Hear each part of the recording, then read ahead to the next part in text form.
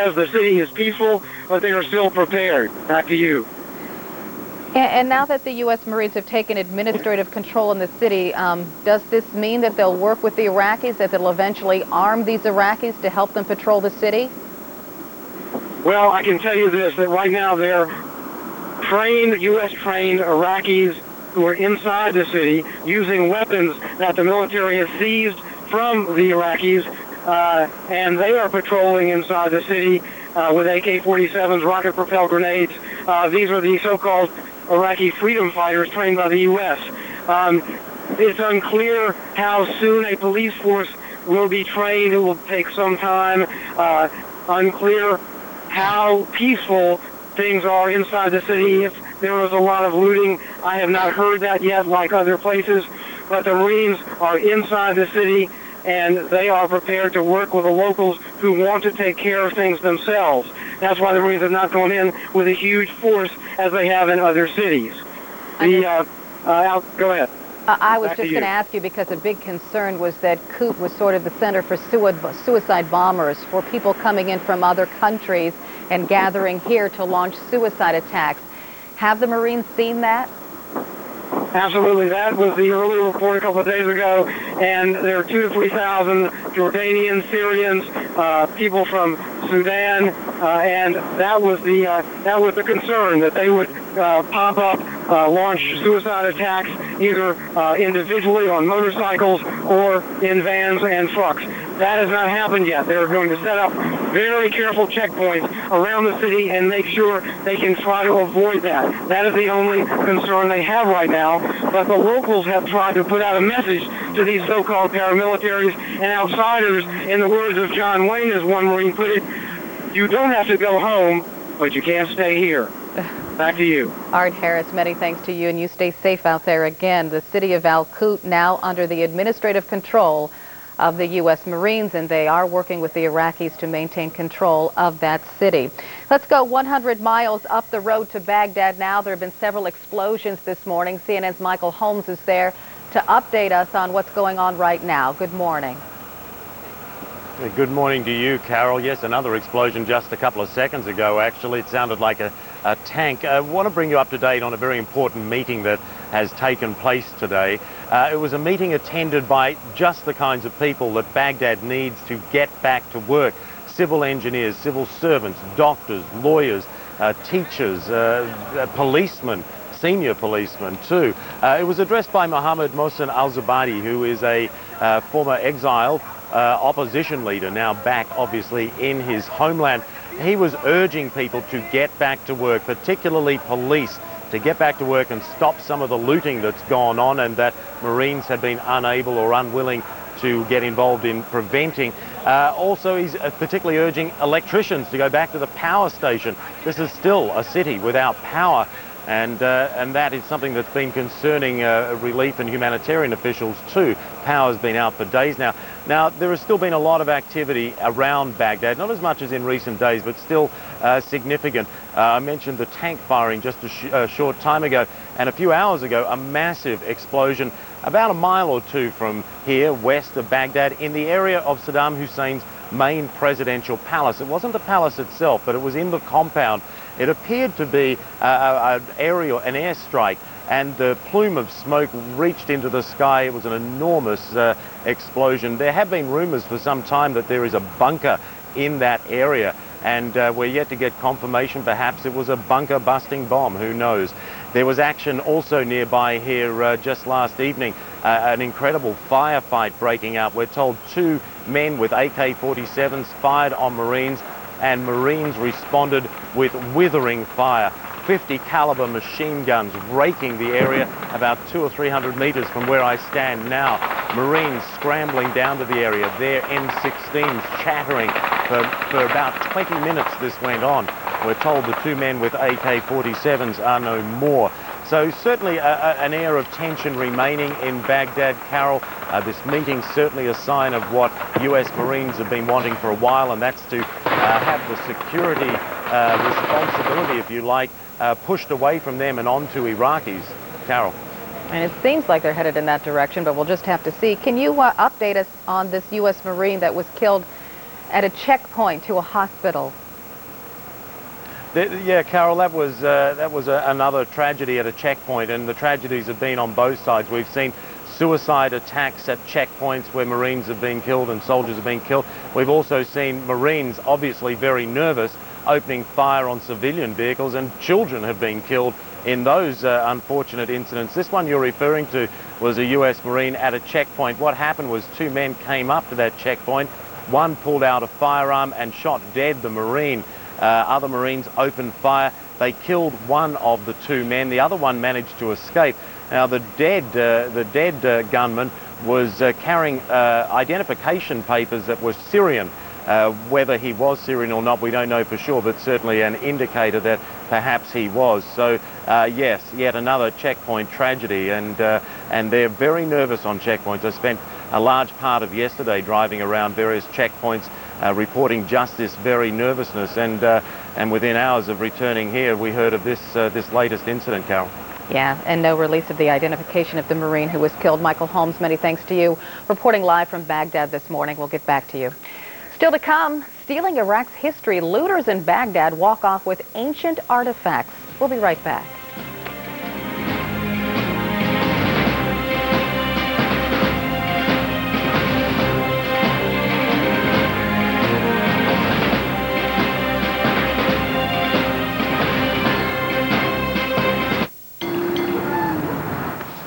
Road game, huh? I just love road games. No distractions, just you against the world.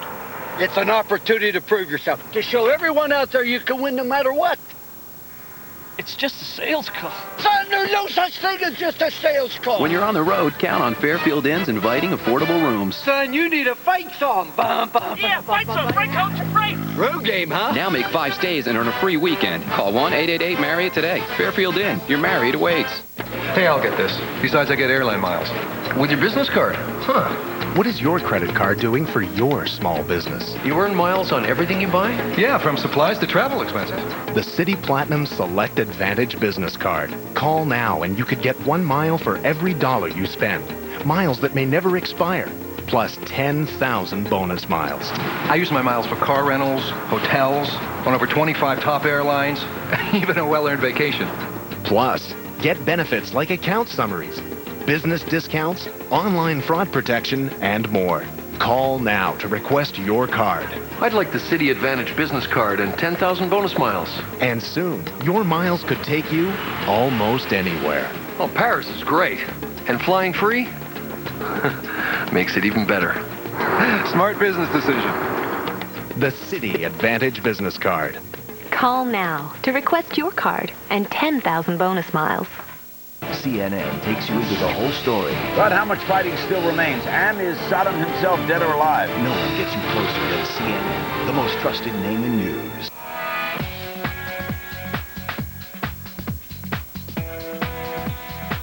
Dual power sliding doors. Power liftgate. Available rear DVD player. Chrysler Town and Country. Instant upgrade. Now we'll match your down payment up to $750 for up to $5,000 down on select Town and Country models. You think about what people want in a sports sedan. A sport-tuned suspension. A coupe-like design. But you also think about what people need in a sports sedan. Like an available turbocharged engine. You think about that, then you build the Volvo S60. Performance when you want it. A Volvo when you need it. CNN, the most trusted name in news.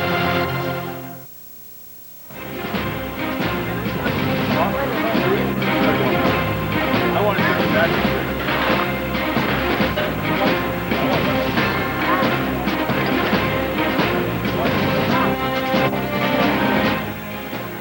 5:28 Eastern Time. Welcome back. We've seen pictures of looting from Baghdad. Government offices, shops, even hospitals were ransacked. These items can be replaced, though. But our Beth Nissen says the sacking of Iraq's museums is a far different story. The museum was home to a priceless treasury of some of the world's most ancient art and artifacts. Was home. After 2 days of looting, the great halls have been pillaged of everything except the heaviest stone works and columns. Display cases that held examples of ancient Babylonian artistry are empty. On the floors, the broken shards of Assyrian and Sumerian pottery that had survived intact for thousands of years until this week. Museum curators and guards said they were powerless to stop the crowds of looters who carried away treasures in carts and wheelbarrows. This is the property of this nation, the treasure of 7,000 years of civilization, said this museum employee. What does this country think it is doing?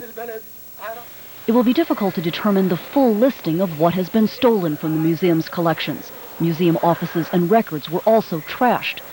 According to the museum's deputy director, looters took at least 170,000 ancient artifacts worth billions of dollars.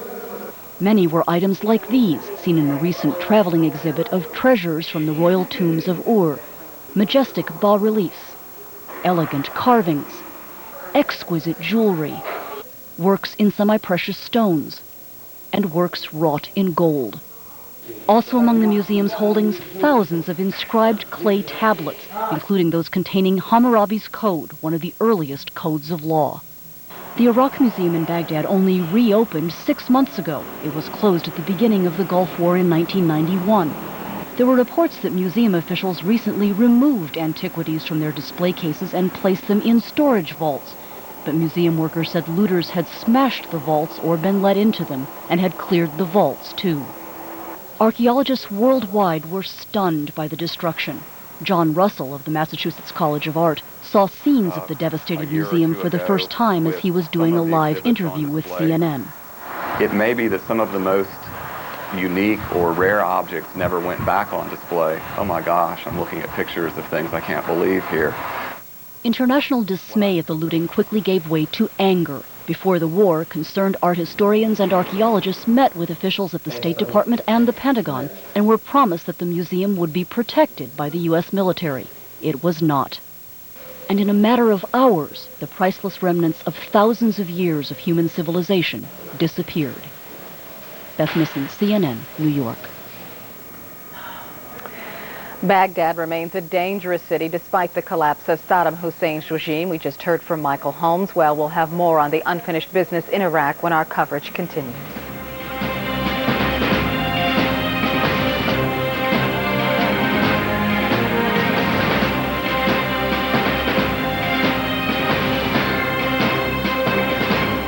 Discover the value. Coral calcium, only $7.50. Discover the selection. Glucosamine chondroitin, only $7.35. Discover the quality. Natural vitamin E, only $2.95. Discover the convenience. Natural vitamin C, only $1.15. Discover the best way to buy the finest quality vitamins, minerals, and herbs right from home at incredible 70% savings. CoQ10, only $4.80. Discover Puritan's Pride, America's #1 shop-at-home vitamin catalog. Saw Palmetto, only $2.90. Over 4 million people nationwide trust the Puritan's Pride catalog for all their vitamin needs. Noni juice, only $8.95. Call now. Call now. Call now for your free 70% off Puritan's Pride catalog and discover the smart way to buy vitamins. Esther C, only $4.65. All Puritan's Pride products have a 100% one-year money-back guarantee. What are you waiting for?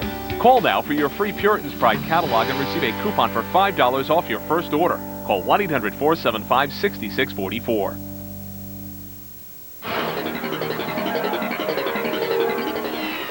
If you were born between 1918 and 1963, call 1-800-306-5400 now to find out more about the Silver Care Plan.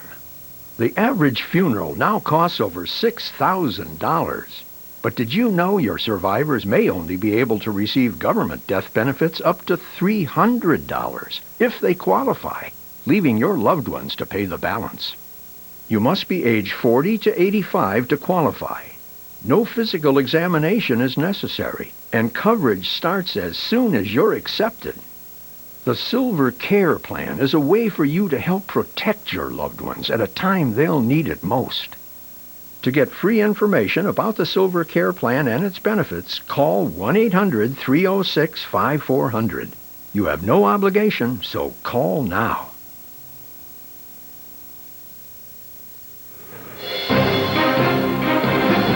34 minutes past the hour. Time for an update on the latest developments. Tikrit was supposed to be the last stand for the remnants of Saddam Hussein's army, but that may not be the case.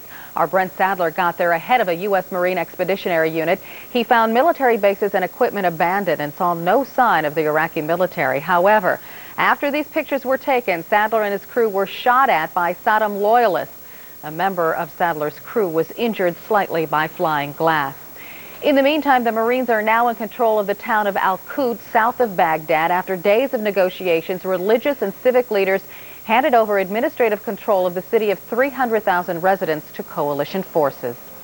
But Baghdad remains dangerous this morning. A U.S. Marine was shot and killed at a checkpoint on Saturday. CENTCOM says 2 men attacked the checkpoint, killing the Marine. One of the attackers, a man with Syrian identification, was killed by Marines. The other escaped. The search for banned weapons took coalition forces to an airfield in Kirkuk, where an abandoned warhead initially tested positive for nerve agents, but a second test was negative, and chemical weapons experts are being called in for a more definitive answer. Back in the United States, a small and brief gathering in Augusta to protest the lack of women in the Augusta National Golf Club. There was some heckling but no incidents, and the third round of the Masters Golf Tournament continued without interruption.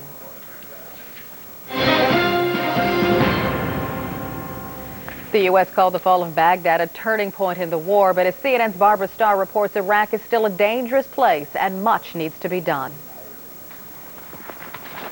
U.S. troops are in Baghdad. Saddam Hussein is gone from power, but Iraq remains a dangerous battlefield. The military not ready to declare victory. What I would tell you is we know that we still have work to be done by way of the objectives that were laid out at the beginning of the campaign. That work to be done every bit as dangerous as the last weeks of combat. There is still looting and unrest.